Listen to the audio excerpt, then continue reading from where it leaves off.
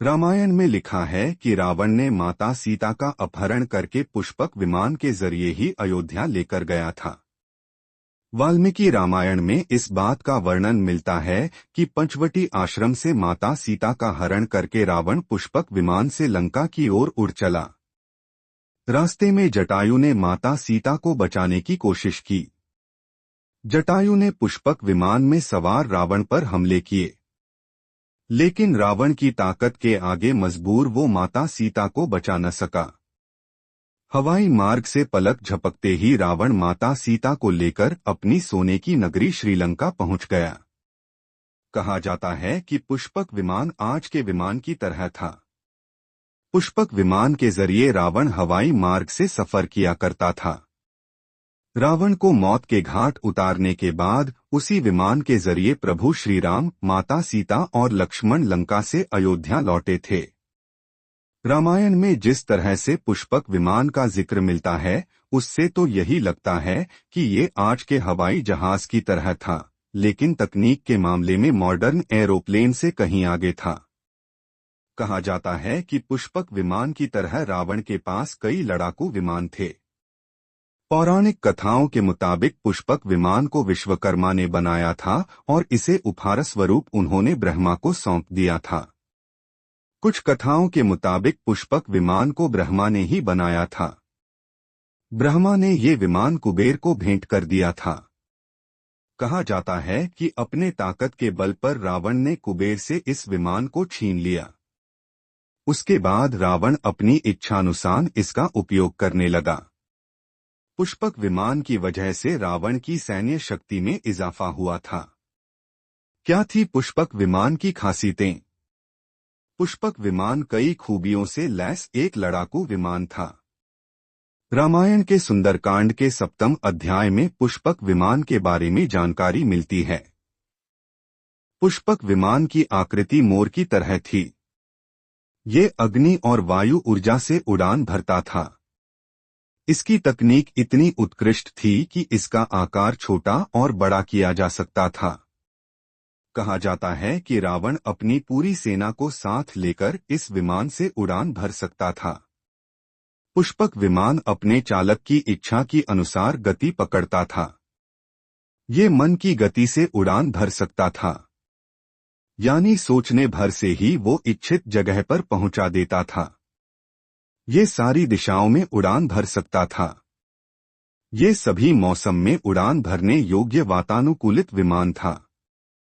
कहा जाता है कि इस विमान में सोने के खंभे लगे थे।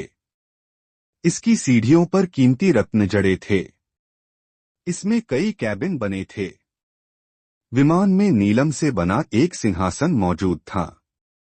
विमान में बैठने के लिए कई आसन बने थे।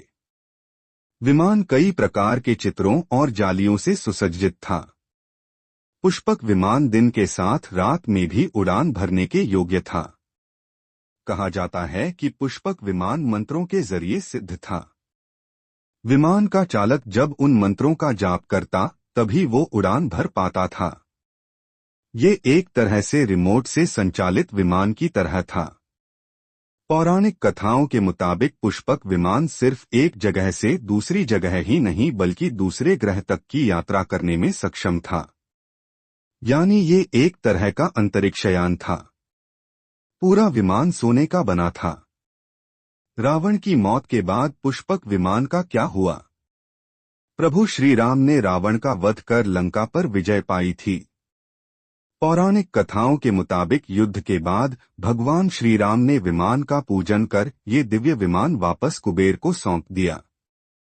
कुबेर ने पुष्पक विमान को भेंट स्वरूप प्रभु श्री राम को दे दिया, जिसके बाद इसी पुष्पक विमान से प्रभु श्री राम, माता सीता और लक्ष्मण अयोध्या पहुंचे।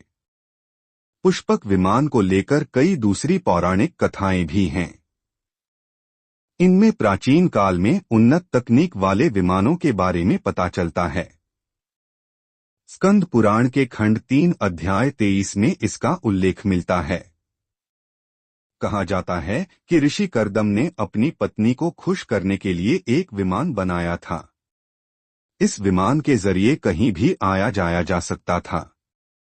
ऋषि कर्दम के बनाए विमान में भी पुष्पक विमान वाली खूबियां थीं। ऋग्वेद के 36वें सूक्त में एक विमान का जिक्र मिलता है।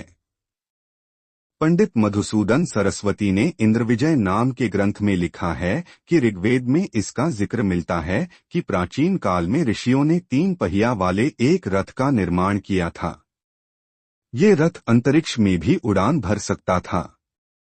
रामायण में मेघनाथ के भी उड़ने वाले रथ का प्रयोग करने की जानकारी मिलती है।